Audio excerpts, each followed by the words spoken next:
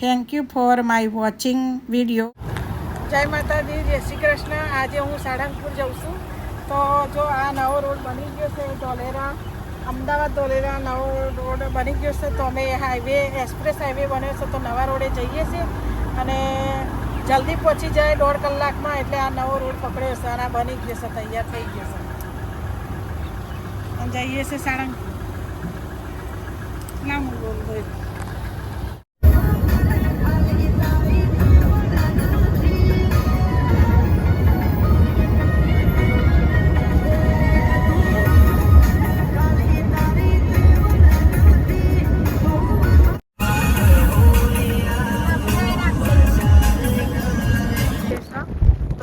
પુલ ઉપરથી અમે નીકળ્યા છીએ.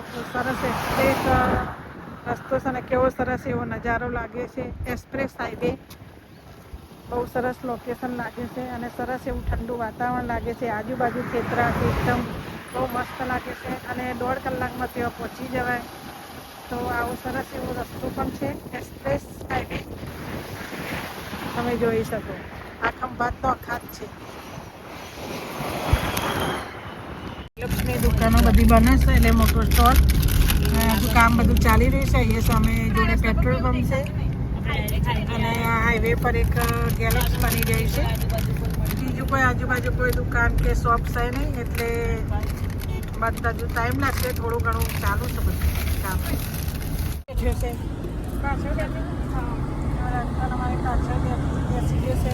સ્વીટ ઊંચી કરતી હતી है ना, તે હું નીચે બેસીશું. બા અમારા નીચે બેઠા હતી. નીચે બેસી તો સિઝનમાં સરસ લાગે છે. સારે છે ને, મીઠી લાગે છે મકાઈ. ઘેર લાવી દીધું એક મકાઈ.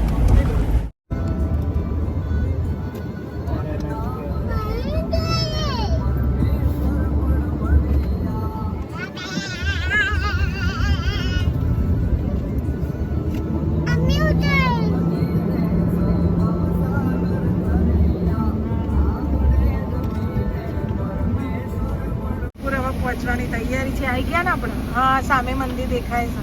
આ પાર્કિંગ છે આટલેથી બધી. હા, સામે ધર્મશાળા લાગે છે.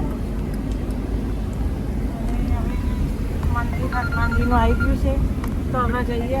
1 કિલોમીટર જ છે. રાજપાલ આવી ગયો છે વિડીયોમાં.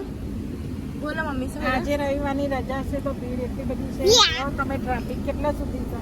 1/2 કિલોમીટર સુધી ટ્રાફિક છે. રાજપાલ મસ્તી કરે છે. પિયા નાચ તો બહુ જ હેરાન કરે છે રાજપાલે. સાળંગપુર હવે આવી ગયા છે. માનનાર પાર્કિંગ મળ્યું છેલ્લા આ બાજુ. ઘણી બધી ગાડીઓ છે અને આજે તો ખૂબ જ ટ્રાફિક છે અને અમે આવી ગયા છે દર્શન કરવા. તો અમે દાદાના દર્શન કરી લઈએ.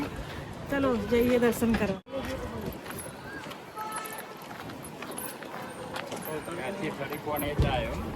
હા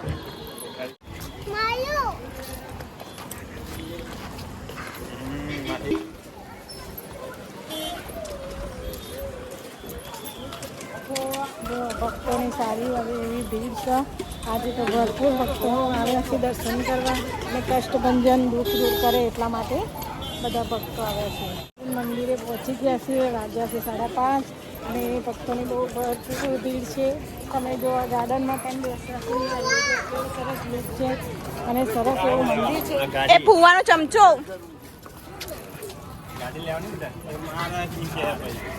મારા ગાડી માટે ગાડી માટે આજે મંદિરે આવી ગયા છીએ. જો સામે દેખાય છે એકદમ નજીક. ચાલતા ચાલતા આટલા આવી ગયા છીએ અને રવિવારનું વેકેશનના કારણે બધા બહુ જ ભીડ છે. આજે તો દર્શન કરવા જઈએ. હવે લાઈનમાં ઊભા રહી.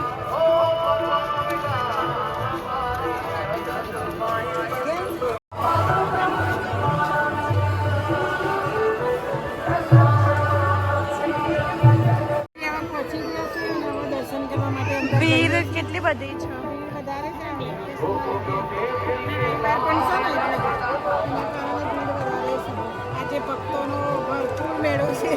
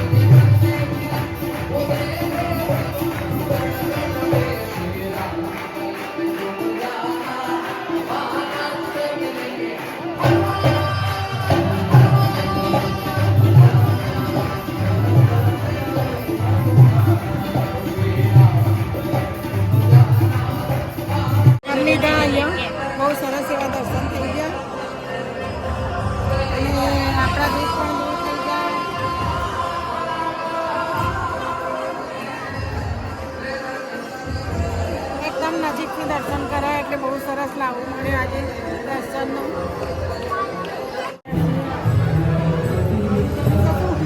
અંદર તો બંધ છે.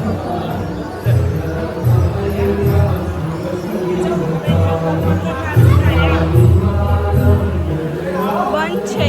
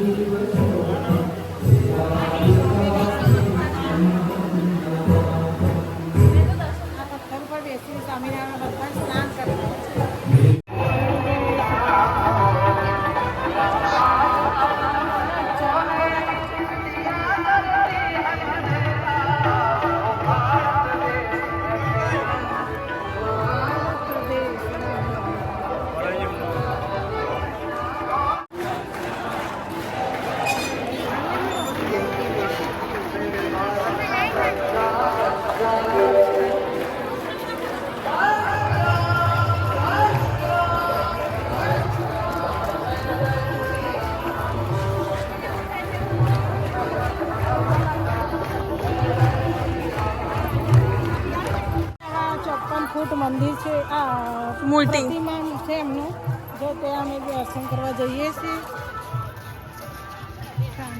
અને 30 કિલો વજન ધરાવે છે. મૂર્તિનું વજન છે 30 કિલો વજન.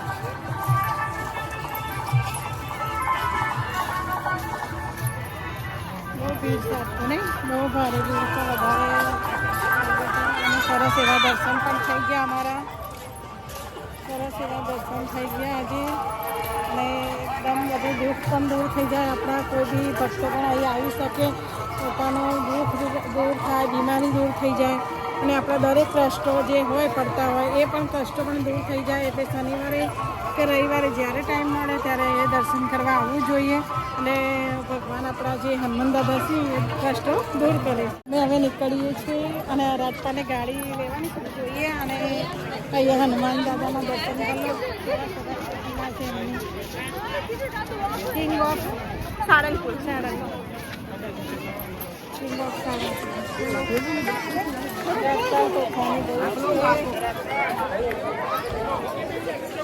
મમ્મી આજ તો સારા દર્શન થઈ ગયા ને? બહુ સરસ એવા મસ્ત દર્શન થઈ ગયા. જે આગળ છેક ચરણોમાં એમના હોય ને એવો અનુભવ થયો. અને છેક આગળથી આજે દર્શન કરી લીધા અમે. અને હવે નીકળ્યા છીએ. અને જો આ રાજપાલને ગાડી લેવી છે તો ત્યાં સામે બધા રમકડા છે તો અમે જઈએ છીએ. અને એટલું મસ્ત ઠંડુ પવન આવે છે, ઠંડુ વાતાવરણ થઈ ગયું છે અત્યારે. સાંજના ટાઈમ ધજાના દર્શન કરી લો બધા. હા, ધજાના પણ દર્શન કરી લો અને હનુમાનજીના પણ દર્શન કરી લો. 10:30 જેવું થઈ ગયું છે. અમે જમી લીધું અને સાળંગપુરથી હવે ઘરે જઈએ છીએ. વિડીયો ગમે તો લાઈક, શેર અને સબસ્ક્રાઈબ કરજો. જય માતાજી.